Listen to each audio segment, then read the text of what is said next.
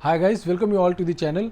आज आपसे बात करूंगा डीवी एक्ट और उससे रिलेटेड एक जजमेंट की, जिसमें वाइफ का जो मेंटेनेंस था कोर्ट ने डिसमिस कर दिया। देखिए क्या होता है कि जितने सारे केसेस होते हैं डीवी एक्ट में या फिर बहुत जब भी मैट्रिमोनियल केसेस होता है उसमें बहुत सारे केसेस तो फॉल्स डाल दिए जाते हैं।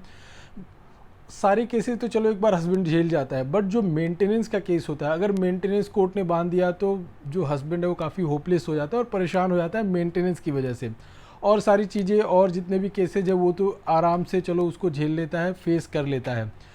और अगर बात करूँ डीवी एक्ट का, तो डीवी एक्ट में जो मेंटेनेंस की बात होती है तो वाइफ को प्रूव करना होता है। क्लियरली डीवी एक्ट बोलता है कि वाइफ को प्रूव करना होता है कि वाइफ के साथ कोई डोमेस्टिक वायलेंस हुआ है, बट प्रैक्टिकली ऐसा कोर्ट में होता नहीं है।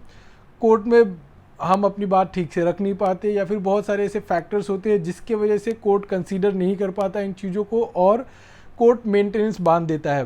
बट हमको क्या करना चाहिए, जैसे मैं एग्जांपल दूं अगर, तो परसों एक साकेत डिस्ट्रिक्ट कोर्ट में मैटर लगा हुआ था। तो इंटरिम मेंटेनेंस पे एप्लीकेशन एक जाता है इंटरिम मेंटेनेंस का। जब कोर्ट में केस चलते रहते हैं तो उसमें अगर मेंटेनेंस का चल रहा है या फिर ऐसे डीवी का भी, तो उसमें एक एप्लीकेशन जाता है मेंटेनेंस के लिए। अगर डीवी एक्ट की बात करूँ तो डीवी एक्ट में सेक्शन 23 में एप्लीकेशन चला जाता है इंटरिम मेंटेनेंस के लिए।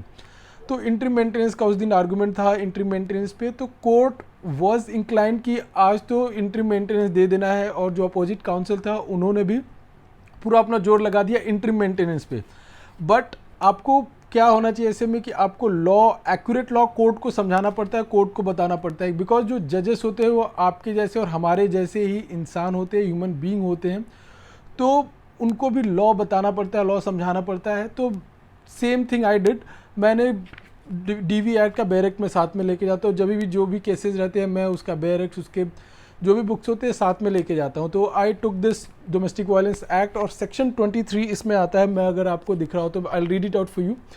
सेक्शन 23 क्लॉज 2 क्लियरली बोलता है कि if magistrate satisfies that an application prima facie discloses that the respondent is committing, इधर ये वर्ड नोट करने लायक है, रिस्पोंडेंट इज कमिटिंग और हैज कमिटेड, या कमिट करा या फिर उसने ऑलरेडी करा है an act of domestic violence, और that there is a likelihood, chances है डीवी करने का, डोमेस्टिक वायलेंस करने का अगेंस्ट द वाइफ, जो वाइफ है उसके अगेंस्ट हस्बैंड या फिर जो भी रिस्पोंडेंट है, जैसे कि मदर इन लॉ हो गया या फादर इन लॉ हो गया या फिर जो भी रिस्पोंडेंट है। अगर ऐसे चांसेस है देन ओनली कोर्ट जो है इंटरिम मेंटेनेंस ग्रांट कर सकती है, even x party without husband को सुने या जो और रिस्पोंडेंट्स है उनको विदाउट सुने कोर्ट मेंटेनेंस ग्रांट कर सकती है। तो the same thing happen in my case.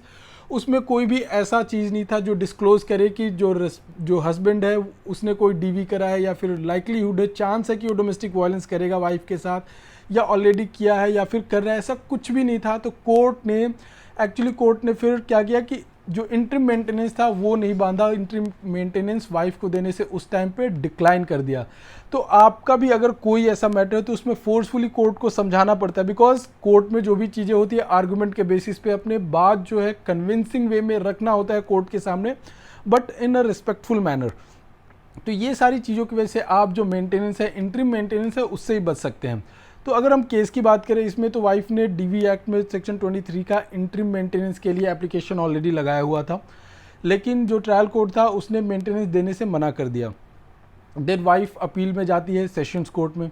Sessions court जो होता है वो भी अगेन सेशंस कोर्ट सेज कि मेंटेनेंस ग्रांट नहीं करता है, जो वाइफ को मेंटेनेंस बिल्कुल नहीं देता है। और जो चाइल्ड था उसको, जो चाइल्ड 3.5 ईयर्स का था, 3.5 साल का बच्चा था, और कोर्ट ने उसमें क्या किया कि 10,000 जो मेंटेनेंस था इंटरिम मेंटेनेंस पर मंथ बांध दिया बच्चे के लिए। और कोर्ट ने इसका एक्सप्लेनेशन दिया कि वाइफ जो है वेल क्वालिफाइड है, इधर ये नोट डाउन करने लायक है, वाइफ वेल क्वालिफाइड है, केपेबल टू अर्न है, वो ऑन करने की कैपेसिटी रखती है। उसने बच्चा होने से पहले assistant professor as an assistant professor job किया था और उसकी मंथली सैलरी 50,000 रुपीज़ थी। बट वो आज की डेट में पर्पसली जॉब नहीं कर रही है। बट जो वाइफ थी उसने जस्टिफाई करने का कोशिश किया अपने स्टैंड को, बट कोर्ट ने ये चीज़ों को डिनाई कर दिया, डिक्लाइन कर दिया, कोर्ट ने मानने से इनकार कर दिया। अगर हम एक काफ़ी फेमस जजमेंट है Rajneesh versus Neha, Supreme Court का जजमेंट है, उसको अगर हम ध्यान से पढ़ेंगे, बारीकी से पढ़ेंगे, तो उसमें भी सुप्रीम कोर्ट ने कहा है कि अगर wife out of choice job नहीं कर रही है तो उसको मेंटेनेंस नहीं मिलेगा। आउट ऑफ चॉइस मतलब वो खुद से जॉब नहीं कर रही है तो उसको मेंटेनेंस नहीं मिलेगा, ऐसा सुप्रीम कोर्ट ने क्लियरली कहा है। तो मैटर जाता है फिर हाई कोर्ट में, और हाई कोर्ट जो सेशंस कोर्ट का ऑर्डर था उसको सही बताती है, और हाई कोर्ट ये बोलती है कि 3.5 साल के बच्चे के लिए इंटरिम मेंटेनेंस 10,000 इज़ जस्टिफाइड, इतना काफ़ी है बच्चे के मेंटेनेंस के लिए, और वाइफ को कोई भी मेंटेनेंस ग्रांट नहीं करती है। हाई कोर्ट वही बोलती है अगेन कि वाइफ केपेबल है अर्न करने में, then why she is not working. ये सारी चीज़ों को देखते हुए हाई कोर्ट ने वाइफ का मेंटेनेंस नहीं दिया। तो ट्रायल कोर्ट में आपको करना क्या है कि ये सारी जो जजमेंट्स हैं इनको यूज़ करना है। ये जजमेंट आपके लिए काफ़ी इंपॉर्टेंट हो सकता है। अगर आप ऐसे कोई मैटर डीवी में या मेंटेनेंस में आप फेस कर रहे हैं तो ये जजमेंट आप यूज़ कर सकते हैं अपने केस में, और अपने केस को काफ़ी स्ट्रॉन्ग बना सकते हैं। देखिए कोर्ट में कुछ भी ऑर्डर आता है, जो भी आता है, अगर आपके पास कितना भी प्रूफ है बट आपका आर्गूमेंट, आपके साइड से आर्गूमेंट जो है वो अगर ठीक तरीके से नहीं होते तो आपका केस जो है वीक पड़ जाता है और आपके केस को हारने के चांसेस हाई हो सकते हैं। तो कोर्ट को कन्विंस करना पड़ता है। और अगर इस जजमेंट की बात करूं तो ये दमनप्रीत कौर वर्सेस इंद्रजीत जुनेजा था, दिल्ली हाई कोर्ट का जजमेंट है। तो आई होप ये वीडियो आपको समझ में आया होगा। इस वीडियो से रिलेटेड अगर कोई भी डाउट है तो आप कमेंट सेक्शन में पूछ सकते हैं। Thank you.